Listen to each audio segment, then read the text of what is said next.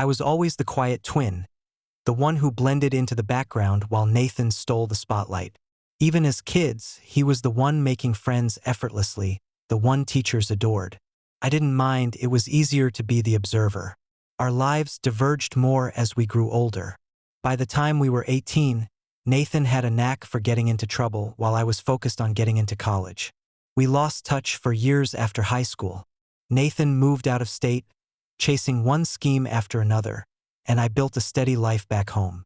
I became a graphic designer, got engaged to a wonderful woman named Emma, and thought the chaos Nathan brought to my life was firmly in the rearview mirror. But 3 months ago, Nathan showed up at my door, looking like he'd walked straight out of a war zone. His face was gaunt, his clothes disheveled, and he had the kind of haunted eyes you see in people who've been through hell. "Ethan," he said, his voice cracked and desperate, "I need your help." I should have shut the door. Nathan claimed he was in trouble with the wrong people. He was vague about the details, just enough to make me pity him. Against my better judgment, I let him crash in our guest room for a few days. Those days turned into weeks. Emma wasn't thrilled, but she tolerated it for my sake. Nathan promised he was cleaning up his act. He even got a job at a local warehouse. For a while, it seemed like he might finally turn things around. Then I noticed small, unsettling things. Missing cash from my wallet, strange phone calls he'd take in the middle of the night, and the way he flinched whenever someone knocked on the door. I confronted him about it one night. "Nathan, if you're in some kind of trouble, just tell me. I can't help you if you keep lying." He laughed. A bitter, hollow sound. "You wouldn't understand, Ethan. You've never had to survive the way I have." That was the end of the conversation, but my gut told me something was seriously wrong. It all came to a head 2 weeks later. I was driving home from work when I noticed a black SUV tailing me.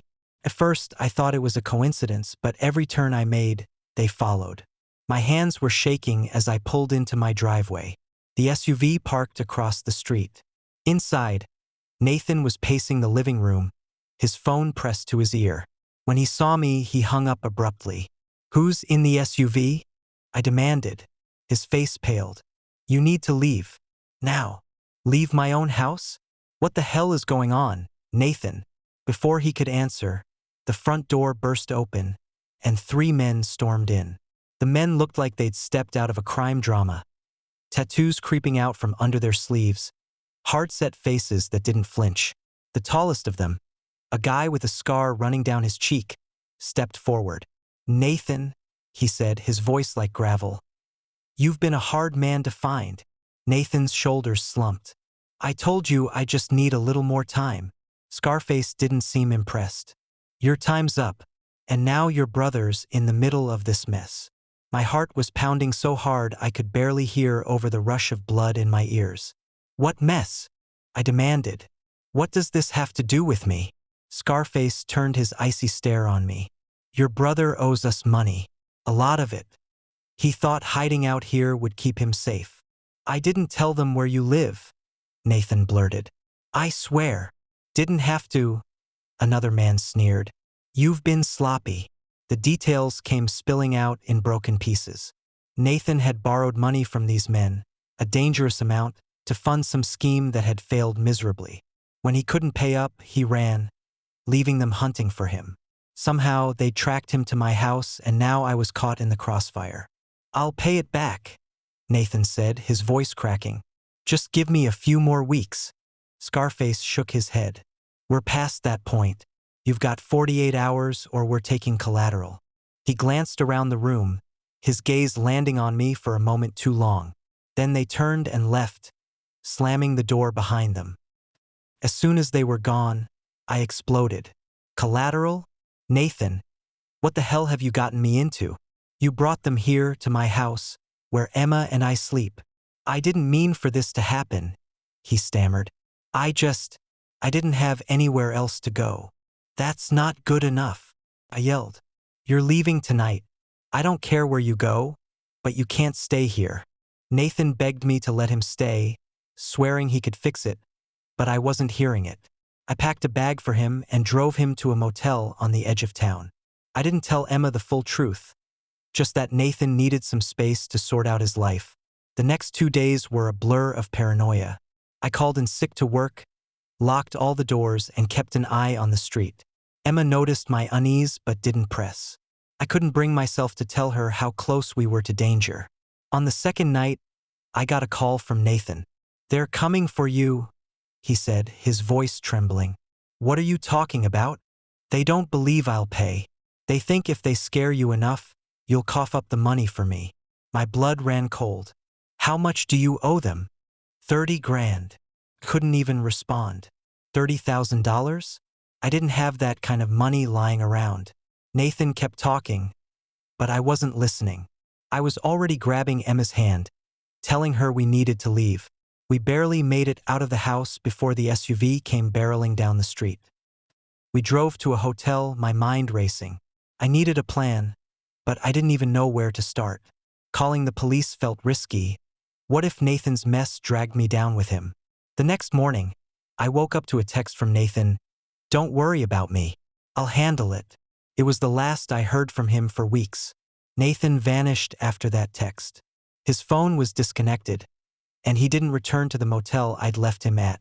I tried not to think about it, tried to convince myself that he'd finally realized the gravity of his actions and run far enough to stay out of trouble. Emma and I returned home, but things weren't the same. I was constantly looking over my shoulder, jumping at every sound. Emma was patient, but I could tell the tension was wearing on her. About a month later, just as life started feeling normal again, I got a call in the middle of the night. The number was blocked. Against my better judgment, I answered. "Ethan," a voice croaked. It was Nathan. "Nathan? Where the hell are you?" There was a long pause, broken only by labored breathing. Then he said, "I need you to come get me." I should have hung up. I should have told him I was done cleaning up his messes. But there was something in his voice, raw, desperate, broken, that made me hesitate. "Where are you?" I asked. He gave me the address of a gas station on the outskirts of town. I left without telling Emma, trying to convince myself this would be the last time I bailed him out.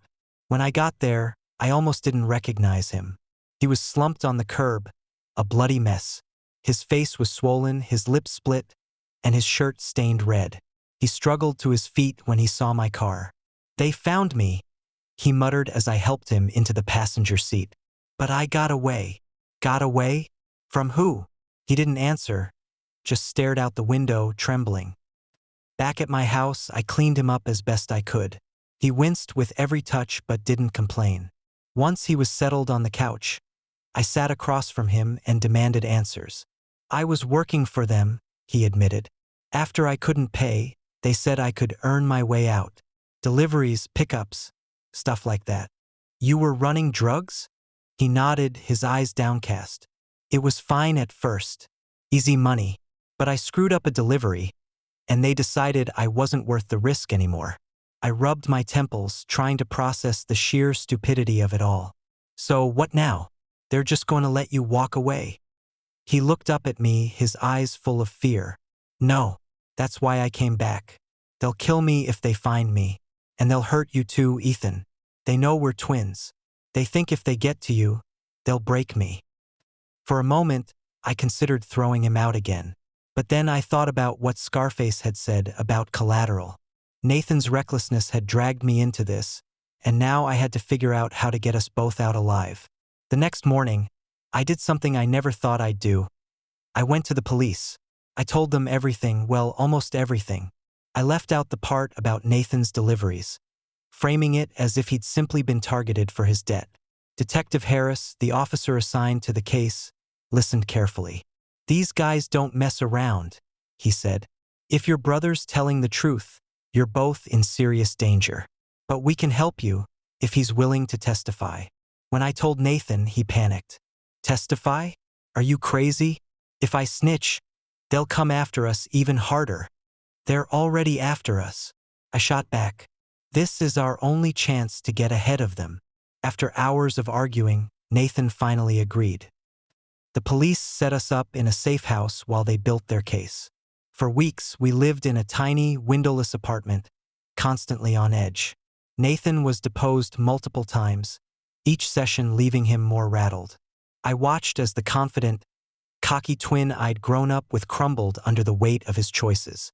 One night, I found him sitting at the kitchen table, staring at a photo of us as kids. "I'm sorry, Ethan," he said quietly.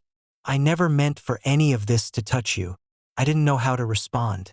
Part of me wanted to forgive him, but another part, the part that remembered the fear in Emma's eyes, the black SUV outside our house, couldn't let go of the anger. The trial came and went. Nathan's testimony helped put away several key members of the operation, but not everyone was caught. We were told to remain cautious. Nathan left town after the trial, claiming he wanted a fresh start. He promised to stay out of trouble, but I didn't hold my breath. As for me, I've tried to rebuild my life. Emma and I are still together, but the cracks Nathan left in our marriage haven't fully healed. Some nights, I wake up in a cold sweat, half expecting Scarface to come crashing through the door.